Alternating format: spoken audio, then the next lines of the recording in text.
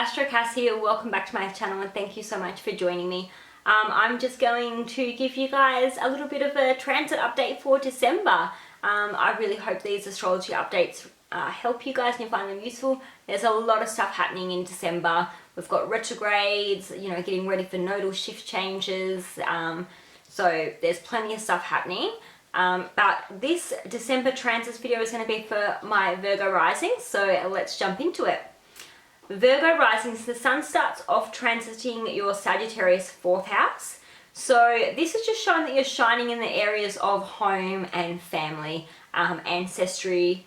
So you might be getting noticed for how amazing your house looks or how well your family is doing. You might just be really happy spending time with your family and being at home a little bit more. It is coming into Christmas time, so maybe there's some family holidays and time you get to spend together. On the 22nd, it'll then move into your Capricorn 5th house, so that's when you're just going to be shining in the areas of your children or children around you, creativity, risk-taking, dating, fun, pleasure, those sorts of things.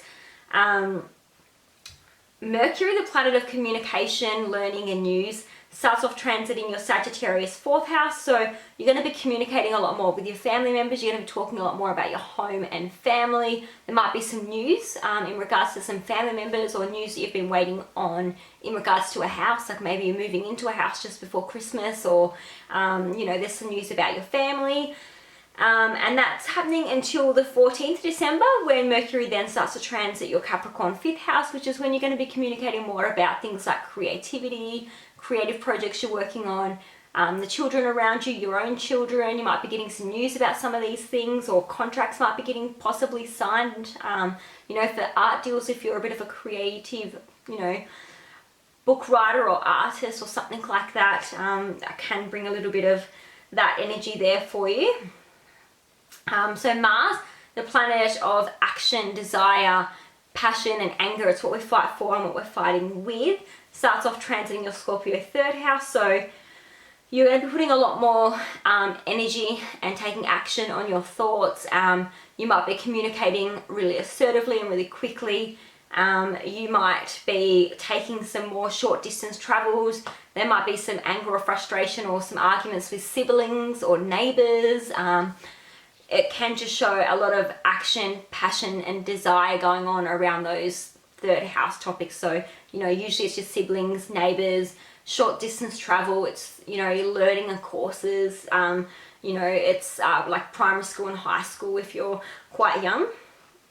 And then on the 14th, it'll move into your Sagittarius 4th house. So then you're going to be putting a lot more action and energy into your home and family environment. So you might be doing things around the house, finishing off little projects. You might be having some arguments, or there might be some, you know, tension at home between family members that can happen. Or maybe you're just feeling really passionate about your family and home. You might be just super proud of them and really passionate about them. So that can be a really good transit. And then Venus, the planet of love, money and romance, it's transiting your Capricorn 5th house. So you're really loving your creative projects, being more creative. You're really loving children. You might be loving your own children a bit more. You might be spending money or losing money on these things, or making money through these projects. So again, Venus is money. It can go either way. It depends. Just check out your natal chart and see how this is activated for you. Venus transiting through your 5th house as well can bring a lot of love interest and like romance and dating into your life as well. If you're single, potentially some love interest there. And it's important to remember that Venus is going to be transiting through Capricorn for quite a long time. I think it's about 2 to 3 months. I'm pretty sure it's about 3 months. So it will be in Capricorn until early 2022, and it actually goes retrograde on the 23rd of December. So when a planet goes retrograde, it's stopping, it's revisiting, revising old things that haven't been finished yet. So you might be reflecting back, revisiting, revising, these sorts of things. This could be revisiting a creative project that you didn't finish off. This could be revisiting a past relationship, like maybe you dated someone, it didn't work out, it wasn't too serious. Maybe they reach out to you and you're just like, oh, now I've got to reflect and revise. Do I actually like that person? Do I not like them? Or it can bring up topics with your children. Maybe something's happened there, and you're revisiting, you know, something that you were supposed to do with your children that you didn't do. It can just bring up that reflecting time for you. So you also have a new moon occurring on the 4th of December at 6:43 p.m. in Australian time in your Sagittarius 4th house, and this is at 12 degrees. So definitely check out your natal chart, see if you've got anything at 12 degrees that's being activated by this. And remember that this is new moons are beginnings around your 4th house subject. So this is going to be over the next 3 to 6 months. You'll notice these new beginnings. And it is an eclipse occurring in Sagittarius, so it's one of the final ones before the nodal shifts. So when it comes to your 4th house, this is again home, family, ancestry. So there's going to be some new beginnings around your family, around your home environment. And then you have a full moon occurring on the 19th of December at 3:35 p.m. in Australian time in your Gemini 10th house at 27 degrees. Again, check out your natal chart, see if you've got anything at 27 degrees that's being activated by this full moon. And this will be endings, big things coming to an end over the next 3 to 6 months. It's a good time to look back at the last Gemini new moon and see what was happening for you back then, because they were the topics that would have been started, where now those topics are all coming to an end with this full moon.